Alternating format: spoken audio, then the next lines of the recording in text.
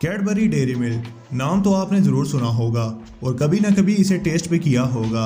तो आज हम आपको बताएंगे कि आखिर इसे फैक्ट्री में कैसे तैयार किया जाता है और इसके साथ हम आपको कैडबरी के बारे में चंद इंटरेस्टिंग फैक्ट्स भी बताएंगे। जैसे चॉकलेट की शुरुआत ही कैडबरी ने ही की थी। चॉकलेट खाने से जहनी दबाव में नुमाया कमी आती है। इसके अलावा इसके और भी बहुत सारे फवाइद हैं जो आगे चल के आपको बताएंगे। और क्या आप जानते हैं कि कैडबरी का रैपर का रंग पर्पल ही क्यों होता है और वो कौन सा मुल्क है जहां रहने वाले सालाना 32 किलो से ज्यादा चॉकलेट खा जाते हैं। और भी बहुत कुछ जो आप इस वीडियो में जानेंगे। तो आइए शुरू करते हैं। पहले इसकी तारीख पर नजर डालें तो कैडबरी की शुरुआत होती है इंग्लैंड के शहर बर्मिंघम से, जहां 1824 में जॉन कैडबरी ने अपनी एक शॉप ओपन की जहां वो चाय, कॉफी और चॉकलेट ड्रिंक बेचा करता था। तो कुछ सालों बाद इसने रियलाइज किया कि लोग इसकी चॉकलेट ड्रिंक को ज्यादा पसंद कर रहे हैं और ये उनका कैडबरी चॉकलेट की कामयाबी की तरफ बढ़ता हुआ पहला कदम था। इस तरह 1831 में इन्होंने सिर्फ चॉकलेट ड्रिंक ही बेचना शुरू कर दिया और 15 साल में ही बेहद मशहूर हो गई। सन 1847 में जॉन कैडबरी ने अपने भाई के साथ मिलकर एक बहुत बड़ी फैक्ट्री की बुनियाद रखी। इनके जायके और मेयार को देखकर 1854 में रानी विक्टोरिया ने इनको रॉयल वारंट का सर्टिफिकेट दिया और रानी को ऑनर देने के लिए पहली बार पर्पल रंग के रैपर का इस्तेमाल किया गया और रानी को पर्पल रंग वाले रैपर की चॉकलेट का गिफ्ट दिया गया। तब से लेके आज तक कैडबरी डेयरी मिल्क के रैपर का रंग पर्पल ही है। तो चलिए अब जानते हैं कि फैक्ट्री में इस चॉकलेट को बनाने का क्या प्रोसेस होता है। इस चॉकलेट को बनाने के लिए एक फलदार दरख्त का इस्तेमाल किया जाता है जिसे कोको ट्री कहते हैं।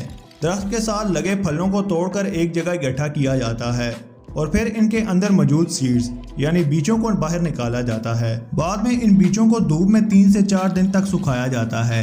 एक कोको ट्री साल में 2500 सीड प्रोड्यूस करता है और 400 बीजों से 1 पाउंड चॉकलेट बनती है। यानी एक कोको ट्री से साल में 6 पाउंड यानी 3 किलोग्राम चॉकलेट बनाई जाती है। बीजों को अच्छी तरह सुखाकर वर्कर्स इन्हें पैक करके फैक्ट्री तक ले जाते हैं।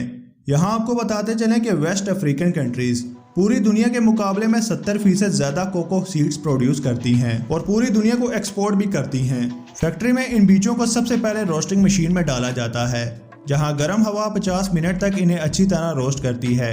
रोस्टिंग से इन बीजों में अच्छा फ्लेवर और जायका पैदा हो जाता है और साथ ही इन बीजों का आउटर शेल यानी छिलका रिमूव हो जाता है।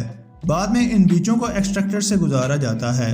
इस प्रोसेस को विनोइंग कहते हैं, जहां इन बीजों को वाइब्रेटिंग मशीन से गुजरना होता है और साथ ही हवा की मदद से इन छिलकों को अलग कर लिया जाता है। नेक्स्ट स्टेप में इन अलग किए गए बीजों को ग्राइंडिंग मशीन में डाला जाता है जहां ये बीज ग्राइंड होकर थिक पेस्ट की शक्ल इख्तियार कर लेते हैं।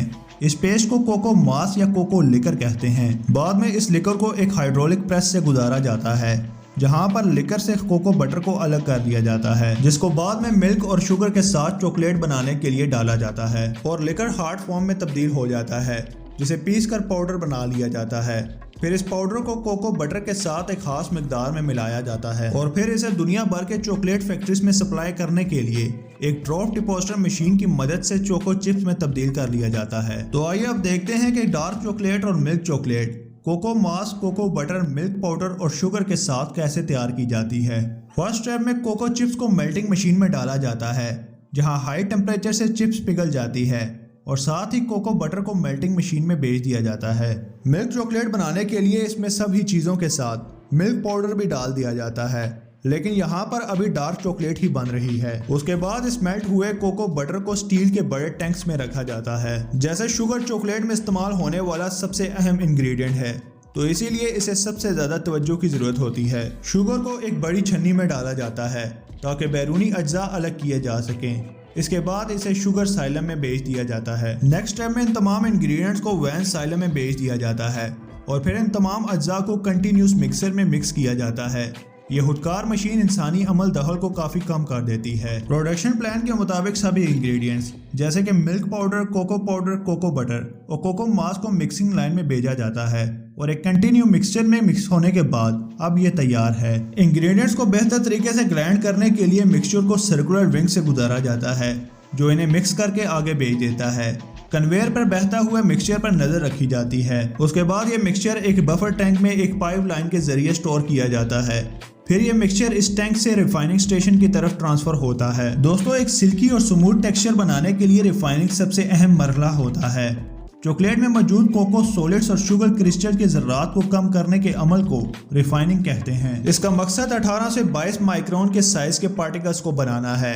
और यहाँ आपको बताते चलें कि 30 माइक्रोन पर हमारी जुबान टेक्सचर और खुरदरेपन को महसूस करना बंद कर देती है। इसके बाद ब्लेंड किया हुआ मिक्सचर 3 रिफाइनर सेट से गुजरता है, 2 रोल रिफाइनर, 10 रोल रिफाइनर और बार मिल्स, जो कि चॉकलेट मास को रिफाइन करने के लिए इस्तेमाल होते हैं। ये प्रोसेस चॉकलेट मास को मतलूबा स्मूथनेस लेवल पर ले आता है।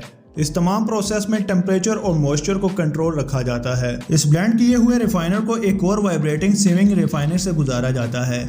इस मशीन से ये पता चलता है कि ब्लेंडिंग में कोई क्रिस्टल तो नहीं रह गया। अब ये मिक्सचर काउच के सेट से गुजरता है।